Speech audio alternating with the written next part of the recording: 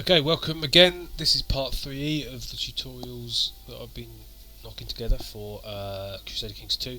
I think this is probably going to be the last of the concept ones, so that the next part, which will be part 4, will be the actual playing of the game. Believe it or not, you do actually play the game. So we're just going to look at one last thing here. There's still loads of stuff like technology, but we'll do that during the game. And there's more stuff on diplomacy, but I just want to have a look very quickly at the laws of succession. We've already seen this screen or this tab. We've discussed the laws of that you set for you raising the levies and raising the tax, but the top half is all about the succession. And what you've got here is the succession laws are made up of two concepts, or two parts. One is the gender law, the gender part of the law, and one is the actual succession law. The gender law is just saying whether males only can inherit, whether males can inherit, and if there are no males, females, which is what we have at the moment, agnatic, cognatic, or whether you have women inheriting exactly the same grounds as men do, which is called absolute cognatic. Then there's a second part which then describes how the succession works. So whether you decide, when you've decided whether it's all people or just men, or women the same as men, or men first then women, you then have to decide how that succession works. And there's 4 bases here in this game. There's gavelkin, or kind, don't know how you would pronounce that. Then there's seniority, primogeniture, and then elective. At the moment, therefore, we've got gavelkin. What does that mean? What actually gavelkin is? It's a bit kind of bizarre at the moment. If you are, living in the UK, and probably in a lot of kingdoms nowadays, generally what tends to happen is if the king or queen dies, the throne falls down to the eldest son. That's basically primogeniture, and that's what we have over here at the moment, or at least a variation of it. But what we've got on this game with our thing is gavelkin, and what happens with gavelkin is that the titles are actually spread down through all of the male children, and if there are no male children, in this case it goes down to the women as well. And so what does that mean? What does that matter? Well, the problem there is, you look at our friend here, click, he's got 3 kids. Say you play as him and you manage to grab 2 more counties. You manage to get claims on Oriel and on Breffin, and so you end up being the Earl of 3 counties, 1, 2, 3, right? The problem is, if you then drop dead, what's going to happen is, because it's a gavelkin succession which splits across all male heirs, each one of these is going to get a title. Well, you might think, why do I care? Well, the problem is, remember, you're going to play as the heir, and you're only going to play as one of them, so he's the guy you think you want to play as next. The problem is then, you might end up with 3 counties here. He dies, he's just going to inherit this one, so you're basically going to be starting again. That's a bit annoying. So you might think, well, what's the point of having this? It's kind of a slightly bizarre succession, but there are some advantages. Firstly, domain income. If you look at that, you get +1 for gavelkin succession. In other words, you're allowed to have a slightly bigger domain if you have gavelkin, and that's basically because you know that when you die it's going to get spread around a bit, so they let you have it. So that's one advantage. The other advantage is that succession laws affects people's opinion of you, particularly your kids. And if you look at the son here, he's not going to succeed. However, if you look, gavelkin succession +30, he likes the fact there's gavelkin, and he would do, because he knows that there's a chance, even though he's not the eldest son, that he can get some titles upon death. So you've got some advantage both for opinions for those non-direct heirs, plus you get things there. There's also stuff you can do to manage it. If you did have gavelkin and it looked like you were about to drop dead and you had 3 titles and you would have to split them, well, what you could do is assassinate these. You can go up there and say assassinate, although you need to have a certain amount of gold to do that, because you're going to have to pay someone. But you could try and assassinate your other sons. If you manage to do that, then everything, if you had 3 titles, would fall to him. But of course, if you assassinate, you might get caught doing it, and then you'll get a negative reputation as a kinslayer, and that can damage you quite badly. So at the moment you have gavelkin. So what are the other ones? We'll ignore the gender ones. You can sort of swap them to be male only, or have male and female. It's kind of up to you really what you want to do. I'd leave it at that personally. So then it's just whether you want to go for these others. We discussed going to Primogeniture. That just means your oldest son will get everything.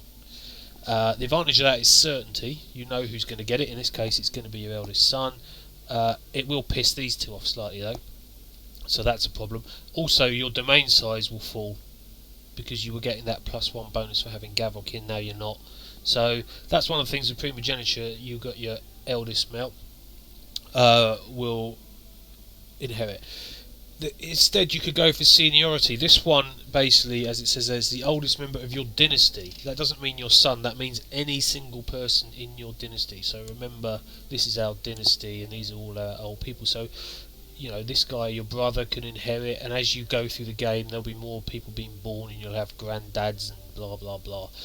The advantage of that, therefore, is it means you have loads of potential successors, so that it's unlikely that the game's going to end for you, because you will always have someone in your dynasty to succeed. But I've never played this, but from reading the forums and looking at stuff, one of the big drawbacks of Seniority is that you tend to therefore get very old rulers. So when you die at say 60, instead of your young son inheriting, you might end up with your brother who's also 60 inheriting, and therefore he'll die pretty quick. Plus all of this genetic stuff you want to do, where you want to marry people off and get sons with better stats and traits, that doesn't happen either, because you've got Seniority. So that's a choice that you can make. It's not one I've ever played yet, might do at some point though.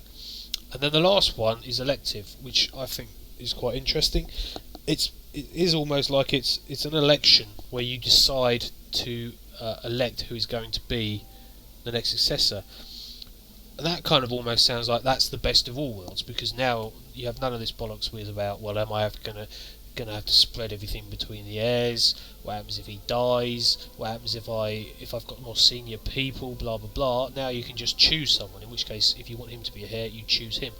The problem is, as your realm gets bigger, you're not just the only elector. It's some of your other senior vassals will be electors as well. As your realm gets bigger, because of this limit on your domain size, you're going to have to be farming these titles out to people, these counties, and they are going to be able to vote on this election. So the problem could be, if you've suddenly got a big realm and lots of sort of powerful vassals, they might all gang up, and you might vote for your son, they might vote for Joe Bloggs, who's got nothing to do with you, and then when you die, Joe Bloggs gets it all. He's not of your dynasty. Game over. So Elective is very handy, and I will probably go for that here. It's very good if you've got a kind of growing, I'd say a small kind of realm. But once it starts to get bigger, I'd suggest you probably need to then switch over to one of these other ones, because you can suddenly find everything looking hunky-dory, and then they all gang up on you and elect someone who isn't in your dynasty. So these are just a quick look at the inheritance. If you click on these various flags, the county of Dublin, you then see the succession, and this is, you can see it's Agnatic, Cognatic, Gavelkin. Who is the succession? Well, it's Domhnall Murchard, Enna, and Donachad, and those are sons there. Okay, and you have that everywhere, and that sort of thing will filter down. So let's go to Dublin. Let's go to this guy's flag. This was the city of Dublin. So he also has line succession. Now in his case, he's set that as open elective, which means you don't know who his successor will be, but he might name a successor. And again, you don't care too much.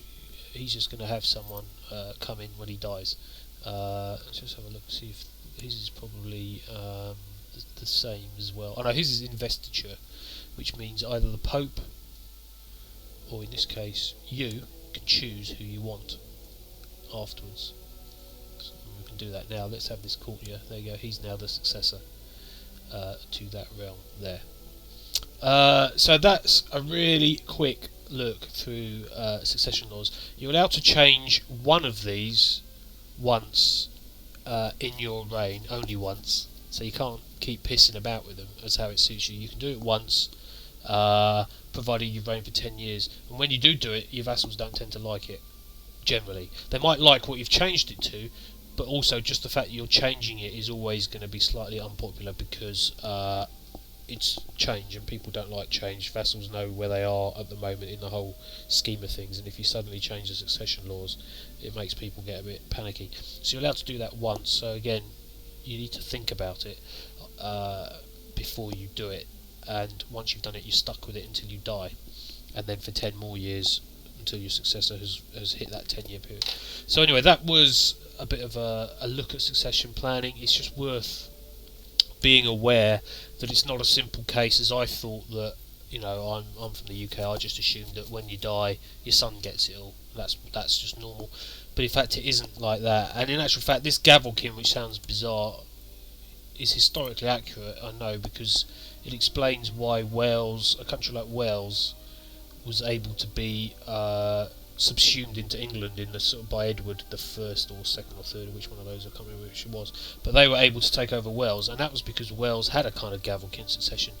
In England, every time the king died, his eldest son got the lot, which meant it remained a powerful kingdom in one hand. But with Wales, gavelkin was there, so every time a powerful Welsh bloke died, all of his sons would end up inheriting, and his realm would be split, and it kept Wales permanently weak, which meant that we were able to just, or England was able to just run in and ultimately take them over. So it has real historical context, this, as does in fact all of this game, and it's an example how it can be useful to have something like gavelkin, but it's also weak. There's also sort of pros and cons, as there are all the way through this game. Anyway, I'm seriously waffling now, so that's it for this part. I'm going to start the game proper next time, honestly, and then whilst the game is running, we can look at some of this other stuff like technology, which and diplomacy and things like that.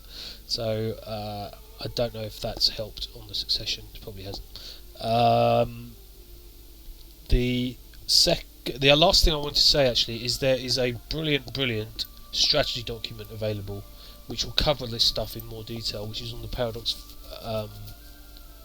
forums, and I'm going to stick a link in the description for this video. It's well worth a look because it goes into the minute detail a lot of the stuff that we've been talking about in these videos, and it's very good. So have a look at that if you get a chance, and hopefully see you in part 4.